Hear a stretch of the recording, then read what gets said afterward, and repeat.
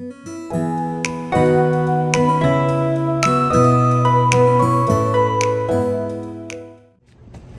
you very much, and good afternoon, everyone. It is a pleasure to be here as we have the dedication of the plaque. I want to commend the Daughters of the American Revolution of the George Taylor chapter for following through on restoring the plaque, too. It was quite tarnished, and they pursued a grant, and that grant then made it possible to display the plaque that we're going to display in a little while. The mayor touched on many of the good aspects of the colonial history and revolutionary history of the two men that the building is named after, William Parsons and George Taylor. William Parsons, as you know, laid out the street system in Easton. He came here, became the surveyor in 1752, but he stayed and actually served in a number of county functions when the county of Northampton was founded. And so he served in many, many functions in the initial setup of the county as well. He was a tireless worker on behalf of the community.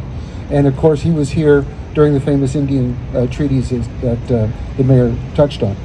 And George Taylor, of course, noted for being signer of the Declaration of Independence, our Easton version of one of the founding fathers, and for his impact on the Revolution and on the wonderful document that is the Declaration of Independence, our birth certificate, if you will.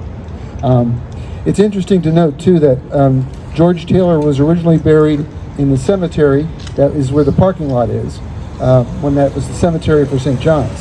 His body was exhumed, as were all the other inhabitants of the cemetery, and on the site was built a beautiful school called George Taylor Elementary School.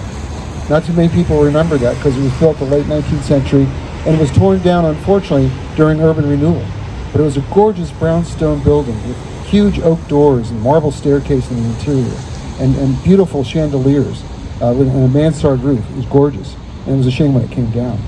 But as we all know, George Taylor was moved to Easton Cemetery, where he is buried in front of the chapel, and a huge obelisk is above his grave to honor him. William Parsons is little known as to where he is, but he is actually buried at the Easton Public Library. That also was a cemetery for the German Reformed Church. And when they decided to build the library, the bodies were exhumed, but they kept his. And so as you enter the library, you can see the tomb of William Parsons on your left-hand side as you go in. So both are remembered and still buried in Easton, and very prominent citizens. But I want to thank the chapter again for their work to highlight the importance of these two individuals and the importance of this building.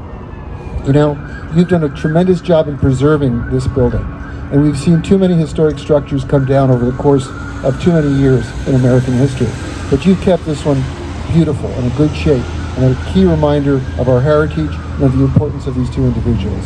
So with that, I thank you for your work and your dedication, and look forward to the unveiling of the refurbished plaque.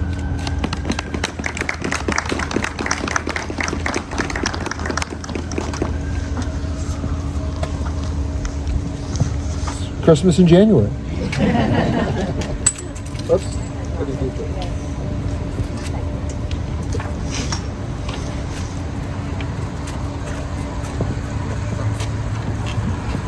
Thank you, Mr. Freeman, for being here with us today. I have a certificate from the National Society, Daughters of the American Revolution, 1776 to 2026. DAR America 250 commendation presented to Robert Freeman, State Representative, for demonstration of extraordinary effort in raising awareness of revolutionary patriots and America's 250th anniversary. Thank you.